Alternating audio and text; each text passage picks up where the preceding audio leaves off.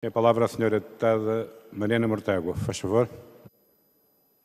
Muito obrigada, Sr. Presidente, Srs. Ministros, Sr. Ministro das Finanças. A pergunta deste debate é porque é que, durante 2 anos e por 2 anos, tendo uma folga nas contas públicas, escolheu adiar investimentos cruciais para o país, indo além das metas com Bruxelas. Sr. Ministro, o Sr. Ministro lembrar-se-á certamente das negociações que tivemos em 2017 e em 2018 para esses orçamentos. Cada medida, como o Sr. Ministro bem sabe, foi discutida ao milímetro, foi discutida ao cêntimo. E deixe-me dar-lhe 2 exemplos. Há poucos meses acordámos, a tempo de entrar no Orçamento de Estado para 2018, a medida da redução do IRS. O Bloco de Esquerda defendia 600 milhões para 2018. O Governo avançava com 200 milhões. No orçamento, a medida de aumento dos escalões e redução do IRS ficou nos 400 milhões. E o Sr. Ministro lembra-se da razão para serem 400 e não 600 milhões. Não era porque o Governo não quisesse reduzir o IRS. Pelo menos isso nunca nos foi dito. O argumento era sempre o mesmo. Nós queremos, mas não há folga. Deixe-me dar-lhe outro exemplo. Há semanas, o Bloco de Esquerda trouxe a votação e votámos aqui um plano para eliminar a dupla penalização a quem, com longas carreiras contributivas, se quer reformar.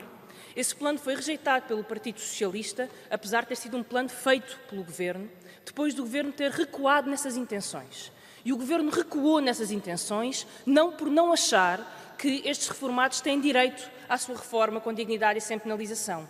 O Governo recuou com um argumento: não há folga, não há margem. Foi sistematicamente este o argumento que foi avançado pelo Governo nestas negociações. E por isso, Sr. Ministro, não é possível compreender, e não é fácil compreender, como é que meses depois das negociações do Orçamento do Estado, meses depois, e semanas depois de ter chumbado este plano de reformas antecipadas, o Governo vem aqui e envia a Bruxelas um documento onde não só assume uma folga de 800 milhões de euros, como afirma que essa folga não servirá para investimento público, mas sim para ultrapassar as metas de Bruxelas.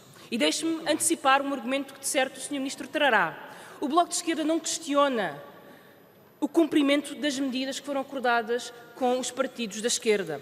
O que o Bloco de Esquerda contesta é a mudança de um Governo que sempre disse que a prioridade era a recuperação dos rendimentos e o investimento nos serviços públicos dentro das metas do déficit.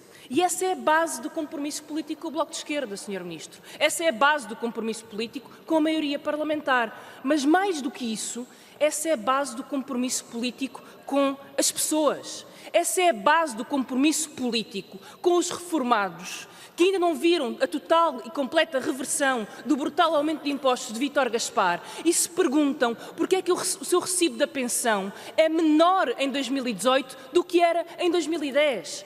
Essa é a base do compromisso das pessoas que trabalharam longas carreiras e que esperavam legitimamente poder reformar-se com dignidade e sem penalização ainda este ano.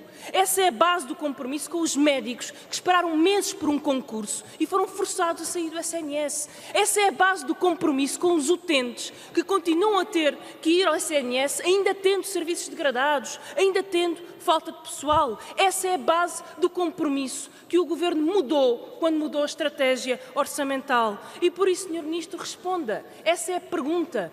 Porquê adia investimentos que são importantes hoje para o país? Sr. Ministro, dirá que é em nome das metas de Bruxelas, mas como é que é possível ser em nome das metas de Bruxelas se ainda há meses a meta de Bruxelas, ou a meta que foi acordada com Bruxelas de 1,1% do PIB, era dada como boa e foi aceito como boa por Bruxelas? Vai agora ao Governo a Bruxelas convencer Bruxelas que afinal a meta de 1,1 era alta demais e que o Governo consegue e quer fazer melhor indo além dessa meta? Sr. Ministro, então a meta de 1,1% era compatível com os objetivos de consolidação orçamental há 4 meses e hoje já não é compatível com os objetivos de consolidação orçamental? Eu bem sei que o Sr. Ministro vai dizer a seguir que, indo além das metas do déficit e reduzindo mais o déficit, assim não temos que pedir mais dinheiro emprestado. É possível pedir menos dinheiro emprestado. Mas deixe-me lembrar-lhe que com as atuais reservas financeiras do Estado, essas reservas financeiras são mais do que suficientes para suportar o investimento da folga orçamental, sem que o Estado precise de pedir novo endividamento e de aumentar o seu endividamento. Sr. Ministro, a existência de uma folga orçamental não é, como o Sr. Ministro aqui a apresenta, um mero exercício contabilístico ou um exercício automático e algébrico. Adiar agora despesas que são necessárias não é boa gestão orçamental e é, aliás, má gestão de recursos públicos.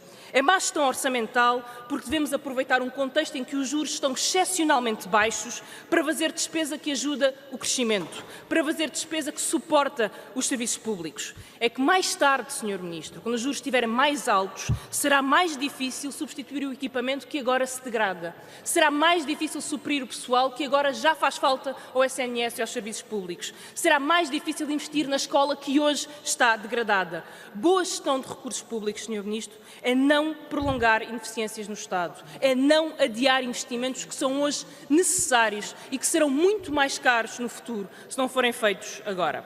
Sr. Ministro, esta folga que o Sr. Ministro agora envia para Bruxelas e assume, indo além das metas de Bruxelas, é o resultado das políticas de devolução de rendimentos. É o resultado do compromisso desta maioria parlamentar e dos orçamentos que aprovamos e que negociamos. O que é que vamos fazer com ela? Melhorar serviços públicos ou vamos mostrar serviço em Bruxelas? Essa é a questão deste debate, essa é a escolha e esse é o voto que faremos hoje na Assembleia da República.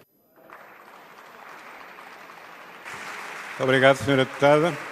Tem a palavra o Grupo Parlamentar do PSD, a Sra. Deputada Inês Domingos.